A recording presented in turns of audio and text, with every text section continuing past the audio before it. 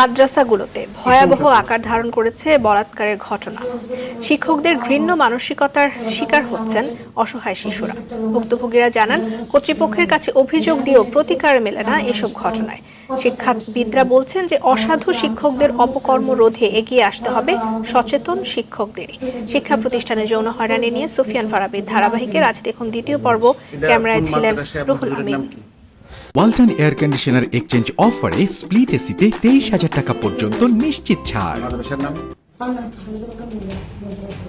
একজন মাদ্রাসা শিক্ষার্থীকে জোর করে বিছানায় নিয়ে যাচ্ছেন সিরাজগঞ্জ জামিয়া দারুল উলুম বেতুয়া মাদ্রাসার বহিষ্কৃত প্রিন্সিপাল মাওলানা মাহমুদুল আলম।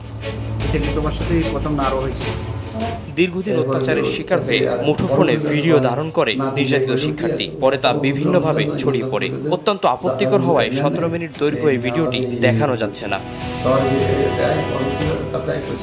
বিনা বাধায় দীর্ঘ